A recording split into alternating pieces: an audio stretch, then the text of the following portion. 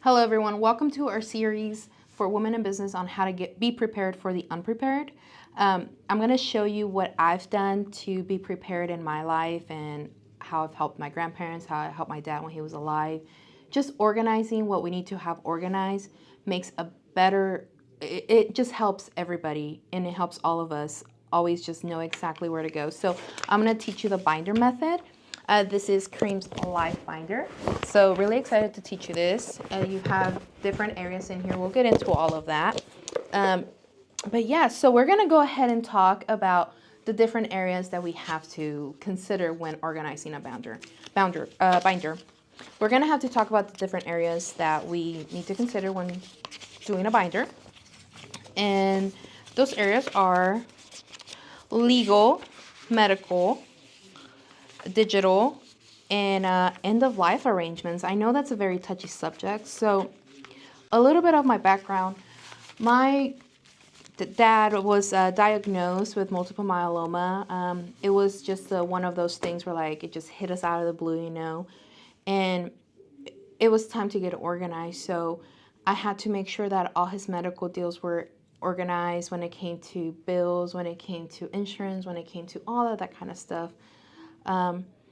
My dad was a Hispanic man and he didn't like to talk about death. So that's something that I do wish that we had organized before he passed, was his funeral arrangements, because that's a very touchy subject for a lot of us. That's a very touchy subject for a lot of different cultures. But I feel that that's an area that we all need to work together and help each other and our families to, you know, figure out what it is that we do want with our last wishes. So the first one would be, again, legal. That one is going to involve your living will, your definition and purpose, so ensuring all your healthcare wishes are taken care of. Power of attorneys. I know a lot of us don't talk about that, but those are so needed. Your guardians, if you have children, what's going to happen with them, you know? Choose a trusted person to take over those responsibilities. Talk to them. See if they want to be that trusted person, right? The importance of designating someone to oversee your finances also. If you know you have accounts here and there, make sure that you have a place to keep all of those and know where they're at. Again, another topic is going to be the digital and financial asset management. So this includes lists of password, accounts, information, ensuring continuity of digital presence and access to essential services. Deeds and titles. Ooh, we get into the real estate. So, and keeping copies of, you know, all our stuff all together, just because I know it's hard when we have a lot of stuff everywhere and clutter, you know, declutter your space, declutter your mind. We'll go ahead and get into the medical topic of information. So histories, current medications, how to work an Excel sheet so you can have all your medications, you know, listed down. And another reason why medical is very important, I helped my grandparents get all their stuff together when I took care of them when my grandma broke her wrist not too long ago. And, you know, older people also, they need help. So we need to make sure that we're helping our elders. And even if it's like we take one day out of our week and go help them organize their medication, help them put it all together, help get a binder for them. Hey, take this to the doctor so the doctor knows. So that's part of my story. We're not going to get into too many details, you know, but I'm a very empath when it comes to other people, especially when it comes to my family, and I like always helping. And our final topic is going to be end-of-life arrangements. So that one's a little touchy. We were going to put it second, but we'll just go ahead and push it to the end. So yeah, we'll go ahead and get started. So what you might need will be obviously a binder. So you'll need a binder, different tabs. Oh my gosh, look at this. So different tabs. You can get these dividers. Or if let's say you want to do a binder, but you don't want to punch holes, because we don't want to punch holes, right, in copies and certificates. If we have them, if we need to file them at the courthouse, we can get these sheet protectors, put them in the binder. You go ahead and put your sheets in there, and I'll take one out so you guys can see it. Another thing we can use is an accordion folder, which these are really neat. So in the little tab, you can go ahead and put whatever it is that you have in there. Makes it easier for you to search. You know, have an emergency, go get your binder, get out the door, and go do whatever you have to do. So it just keeps you in a better mental state, prepared, because we're not prepared, and we need to prepare ourselves. Especially if we're businesswomen, we need to make sure our stuff is taken care of, right? Because we need to take care of ourselves. And this would be included in self-care as well. So here we go, section 1. So we're gonna go ahead and talk about legal documents. And let me just look at my notes. There's a lot, girls, but it'll be really good for you. Okay, so legal documents. You're gonna go ahead and want to have your living will. So let's take into consideration, I'm not an attorney. There's great attorneys in town. Go talk to an attorney here in town about all your legal stuff and, see what you need to do for your will and all of that. But a copy of it or entrust it with somebody that knows what your will is, or not even knows what your will is, but knows where your will is at, is great to have, even if it's a sealed envelope, You're ensuring your healthcare wishes, of course. So, what if something happens to us and we're in an accident, God forbid? We need to make sure that our loved ones know what we would like them to do with you. So that's important to have in there, power of attorneys. Power of attorneys are very important, not just medical, but finances as well. So let's say you all of a sudden got sick. You're going to need a power of attorney or your loved ones are going to need a power of attorney to request information from any doctors. And I can tell you that from personal experience with my dad. It was a headache at times having to get information from doctors. Like I'd be like, hey, when's his appointment? I got to put in my calendar, blah, blah, blah. We can only give him that information. No, I need that information. So that power of attorney for medical is very important. Sign it over to somebody. These are documents that are living documents. You can always change them throughout the course. This isn't a permanent binder, it's a life binder, which is a living document, a living binder. You go ahead and just change it out as you need to. Another one would be the role of who is going to be in charge of any medical duties for you, of any medical decisions, who's your emergency contact, what to do in case of an emergency, a medical emergency at that. So what are we going to do? Are we going to go ahead and have everything in one place in order for such person? Are we going to have multiple copies? Are you going to make more than one binder for, let's say, your spouse and for one of your siblings, mom or dad? So those are important decisions we need to take into consideration when it comes to legal documents. Also, again, maybe not just one person power of attorney, but two. Again, talk to your attorney about that. And then also the importance of assigning somebody over your finances, you know what you have in your bank account, and only you are going to know who you trust to look over and manage and oversee all your finances.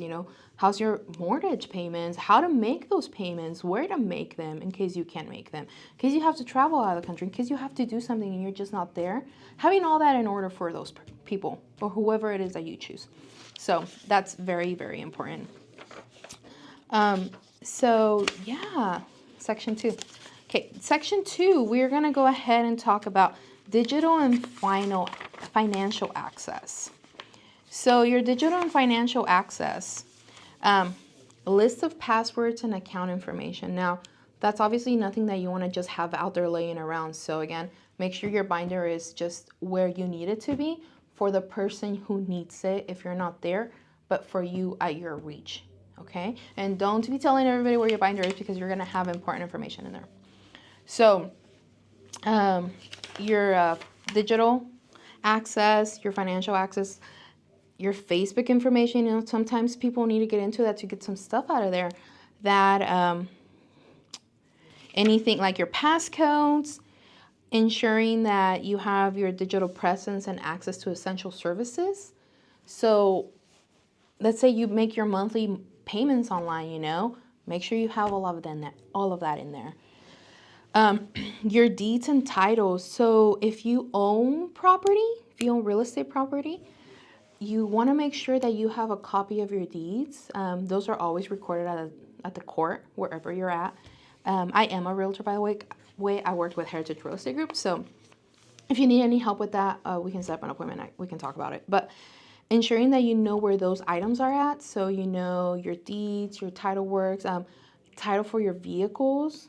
You know, that way when you need to go renew your tags, you know exactly where it's at. So that's important to all keep organized. And like again, I say, you don't need to punch holes in that, but I'll show you one of these really cool. Oh, if I can get this open. Look at these. These are so neat. So like for those kind of items, you'd want one of these, and then you can just like put your item or whatever it is, right? So just because it's a binder doesn't mean you have to punch holes on your papers. So those are important, right? Again, any legal documents that you would be okay paying online or anything like that, just the account numbers, the passwords, go ahead and put them in your binder so you know where they're at. You know, how many times do we have to like literally redo our password because we don't know? So it's like reset password. I know I do it a lot, so that's important to take care of. If you don't want to let's say you don't want to put your password and all that kind of information in one of these, and you know, just have it where anybody can maybe access it in your house, then get you a small little box, and you can go ahead and get you these. Aren't these cute? These are adorable. These cute little like tabs, and you just clip them, you know, and you just like can put on their password or whatever, and just put this next to your nightstand, you know, something that's just you. Get one that has a little lock on it, you know. Give somebody the key in case you can't access it. Stuff like that. So another important thing is maybe not just a binder, but a fire safe box. Always your copies, your binder might have your copies, and then your fire safe box, put in your originals. Okay? Protect them because anything can happen. So always be prepared for the unexpected. I know my siblings are always like, oh, Karem, you always think of the worst scenarios, because that can happen. The worst scenarios can happen. And I've been through it. They have happened before. So our section 3, we're going to go ahead and get into the medical information. So for your medical, you're going to want to have a list of your medications, your family's medications, if you're a mother, if you're a father, if you're a caregiver of anybody, a list of medications. That's always important, you know. I remember when I would go and take my dad to the doctor, and I'd be like, oh, he's on this, he's on that, blah, blah, blah. The nurse would be like, are you a nurse? No, I'm not. I just know what he's taking because he matters to me, so I need to make sure that I know exactly what it is he's taking, so you know, and you don't give him something that's going to counter-react, right? So having all of that, immunization records, yours, your children's, your family's member, whoever it is that you are taking care of.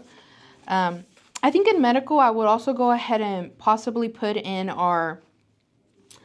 probably our birth certificates. That would be a good one, because how many of you literally are laying there in bed and it's 1 a.m, you're like, where's my birth certificate? Why are we thinking about that? We shouldn't be. Let's have all our stuff organized, okay? So that kind of stuff. List of allergies, you know. Last thing you want is to all of a sudden like get something that you're allergic to, and that wouldn't be good. So a list of that. Again, with medical, any medical family histories, you know, call up your mom, call up your grandma, call up whoever, your dad. Hey, what are our medical histories? You know, we need to know that's important, valuable information that some of us don't know. Some of us have never even heard of one of our aunts, you know, having some type of illness that can literally be passed on because it's genetic. So that's important. Having all of that taken care of. Making sure that we know that when you call the hospital or the clinic to get a record of your blood work or whatever of that, you can put in there, hey, last time I got blood work done was such date, you know. Oh, hey, I maybe do. So updating also is a good form when it comes to your when it comes to medical and all of that. And then the last one, which I know it's a hard one. It's a very touchy subject, but we need to talk about it. So, section 4, our end of life arrangements. So in that, we need to discuss, and it's okay. It's to me, it's healthy to let my loved ones know, hey, I want such song played at my funeral. I want such color of a casket. I don't want a casket. I want to be cremated, right? So those are touchy subjects that we need to become more comfortable in talking about and letting people know why we should be doing this. And, like, so there's no fights the day that your children are planning your funeral. Oh, Dad didn't like that. Stuff like that. So all of this comes from personal experience. Like, again, I say, I wish this is something that we did have when my dad had passed, were his funeral arrangements completely done before he passed. It takes the mental stress of already being in a stressful situation, knowing what a person's last wishes were, right? And we have those, we need to respect them. So when it comes to end of life arrangements, again, funeral arrangements, what do you want? Where do you want to be cremated? Where do you want to be buried? Do you want your ashes spread? Do you want to be in a crematorium? Do you want the urn at somebody's house? Like, what is it that you want? And discuss this with your family too. Okay, so wishes, right? And we just need to make sure we just have everything out there for our family. Again, touchy subject, so I'll make it quick. Pallbearers and ufologists. So who do you want to carry your casket? Who do you want to read your eulogy, right? What kind of songs do you want? And when it comes to eulogy, go ahead and write it out. Who else than you to know who you are and what somebody should say about you? So you can write your eulogy. That's totally acceptable. Selecting those certain individuals, who do you want to read at your mass? If you have a mass at your ceremony, who do you want to say something? I mean, and everybody should have the opportunity, but you also should get to decide who you want and who you wouldn't want, right? So those are your decisions. It's important to have them somewhere safe and that people know, hey, these are my final wishes. Again, do you want to be cremated? Do you want to be buried? Pick out your urn, all of that. So out with at the funeral home and discuss with them what it is that you want, right? Songs and readings. So go ahead and pick out your songs, pick out your readings. I already know what song I want at my funeral. So those are important wishes that they should be respected and we should be able to have.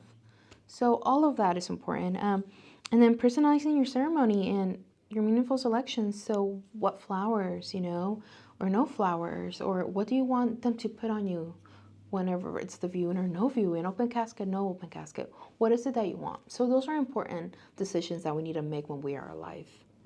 I know, again, it's touchy and we won't get too much into that, right? But we'll go ahead and just close it up. So our conclusion, again, important documents in our binders. So legal, medical, digital access to finances and all of that, if we have it, and then funeral or end of life arrangements. So that's important to have. A binder, accordion folder, again, it doesn't have to be this big, it can be smaller.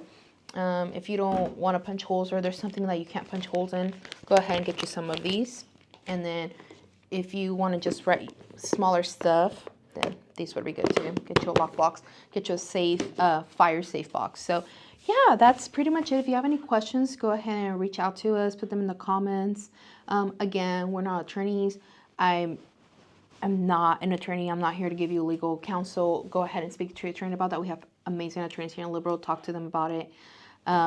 Funeral home here in Liberal. Talk to them about it. Your medical records, get a copy of that or access to them, or your power of attorneys. Go ahead and get all that established, right? So you can keep your life binder together and update it as needed. Again, thank you. My name's Karem. Appreciate you.